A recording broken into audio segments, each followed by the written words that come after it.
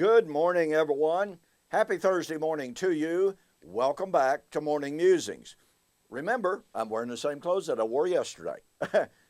I filmed this on the same day because, yeah, it's really, really cold. Now, look, I really don't want to hear from all of you folks who are living in places where it's 25,000 degrees below zero, saying, you must be a wuss. Come up here when it's 20 or 30 or 40 degrees below zero. It's wonderful. Hey, look, if you enjoy that, that's great. But to me, anything below 50 degrees is just too cold. I don't like cold weather. And yeah, it's cold here. Minus 0 degrees on the wind chill factor. In fact, I just heard a few moments ago, wind chill factor is down around 10, 15 degrees below zero for us. And so I just know I don't like it. So I'm not going to change my shirts and my sweaters, here in the office because they still don't have the heat regulated.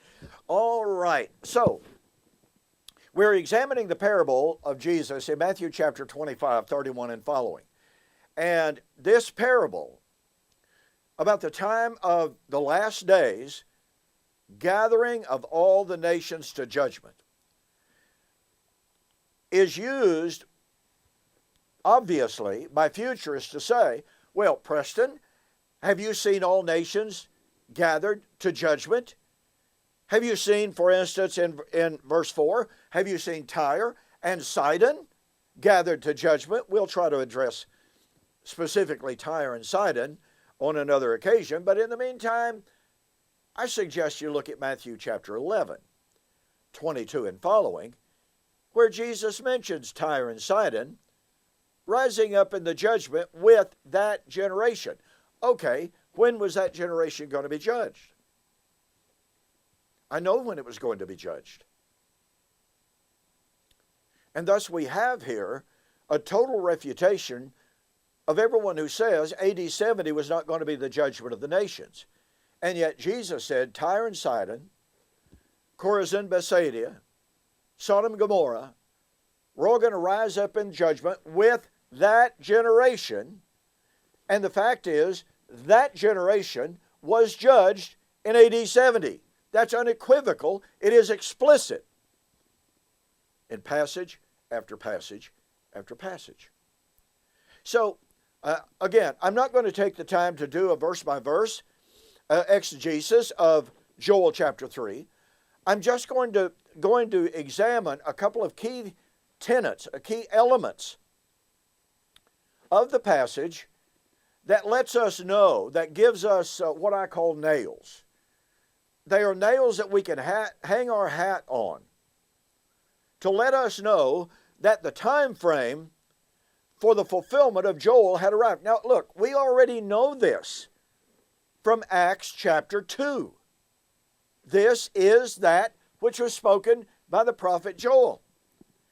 We dare not make the bold, I don't want to be unkind here, but some years ago, an individual contacted me and said they had had lunch with a very prominent dispensationalist. And they asked this dispensationalist, how do you deal with the fact that Peter on the day of Pentecost said this is that which is spoken by the prophet Joel? And this very prominent dispensationalist says, you misquoted that. It does not say this is that. It says this is like that, which was spoken by the prophet Joel. And this individual was calling me up and telling me this on the phone. And I'm like, this guy actually said that?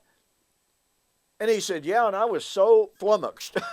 He said, I was absolutely so taken aback by that claim that I couldn't, and I didn't have a Bible in front of me, but I said, are you absolutely sure that's what it says? And this noted dispensationalist supposedly said, that's exactly what it says. Well, ladies and gentlemen, let me tell you, the word like, and nothing similar to it, is found in Acts chapter 2.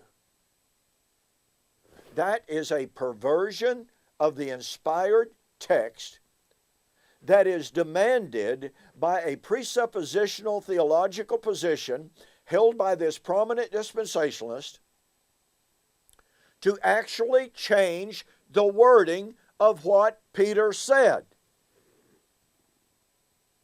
That's absolutely horrible. But if the only way that you can sustain your theology is to change what the Bible actually says, and if you're more determined to hold on to your accepted theology than you are to accept Scripture, then that's what you do. But to continue, some of these nails that I like to hold on to, that I like to appeal to, and like I said, I'm not going to look at every single thing, but I just want you to notice that Joel 3 is talking about the last days.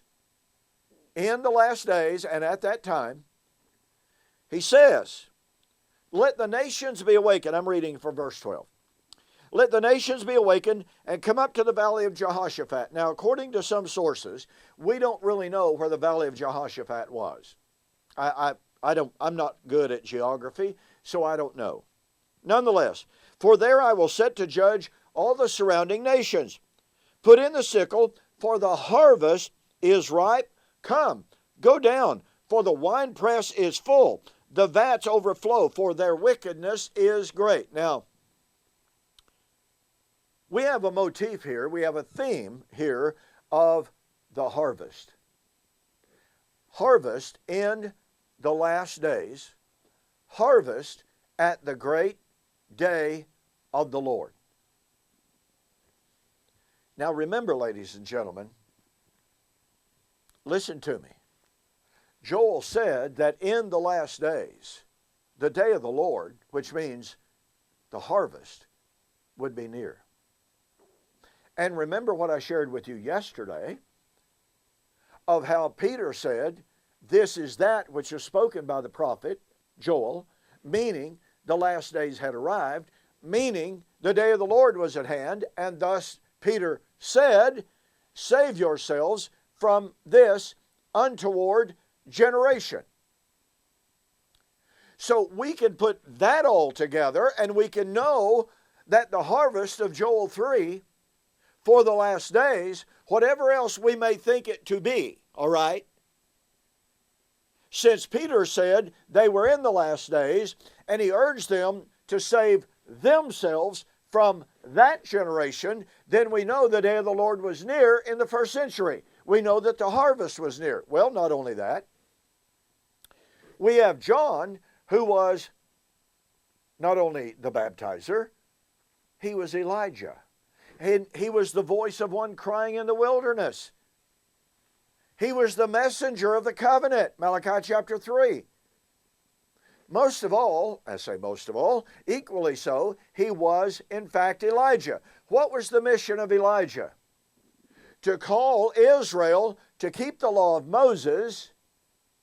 And by the way, if you're going to say Elijah hasn't come, but Elijah will come before the great and terrible day of the Lord, then you've got to have Elijah saying to Israel, keep the law of Moses. Yet no dispensationalist that I am aware of believes that when this imaginary future Elijah comes, that his message will be, keep the law of Moses.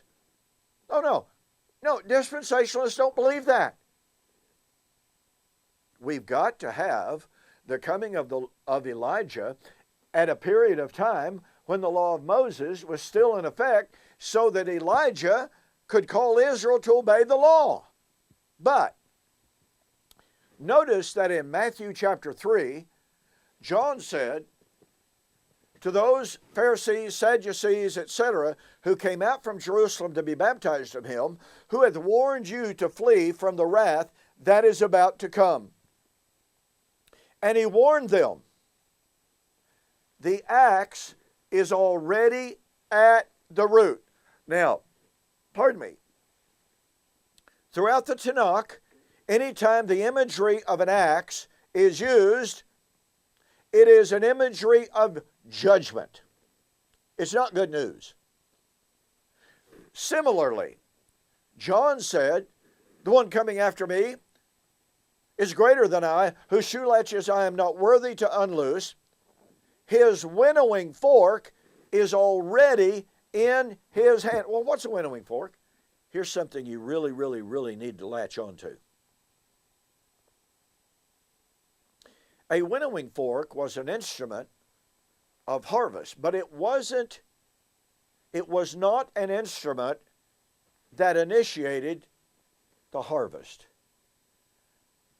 It was an instrument that was used at the end of the harvest. Now, do you catch the power of that? Now, what that means is that the harvest itself was so imminent when John wrote or spoke that he could actually say, harvest is not going to take all that long, ladies and gentlemen. And you know what that means? That means that the harvest at the end of the age of Matthew chapter 13, 39 to 43 was already underway, and they were anticipating the end of the age when Jesus, who already had the winnowing fork in his hand, would separate the wheat from the chaff.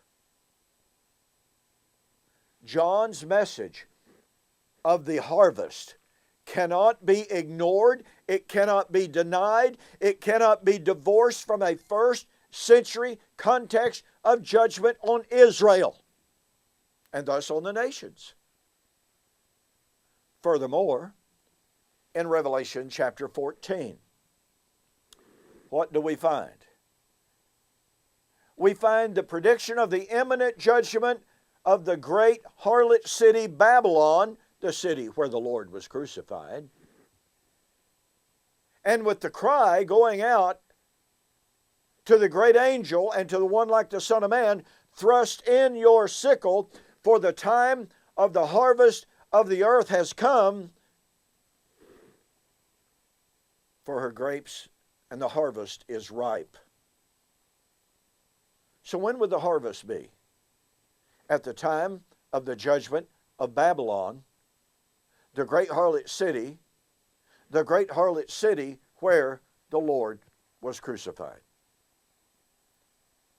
So when we have Peter in Acts chapter 2 affirming that the time of Joel, the time for the gathering of the nations, was present in the first century, urging his audience to save themselves from the imminent, great, and terrible day of the Lord. And again, we'll have more to say about that great and terrible day of the Lord as we proceed here. But you have Peter setting the context, setting the time frame for the last days, and delimited to the first century, save yourselves from this untoward generation. That means that since the time of the harvest of Matthew chapter 25, 31 and following, the time of the gathering of the nations of Matthew 25, 31 and following, cannot be extrapolated for 2,000 years. It means it applied to the first century. Just like the parable of the wedding, and just like the parable of the return of the absent master. Listen, I discuss all of this and more in my book, The Last Days Identified, as well as Elijah Has Come, a solution to Romans 11, 25 to 27. Don't forget, for the rest of the month of January 2022, you go to my website, you order $25 or more, and you get 15% discount plus free shipping, which makes it 20% or more. Okay? So take advantage of this. Save yourself some serious money. And don't forget, tomorrow I'll be beginning a study entitled Why Right is Wrong, examining the teaching of Dr. N.T. Wright on the redemption of creation. I'll see you on the flip side.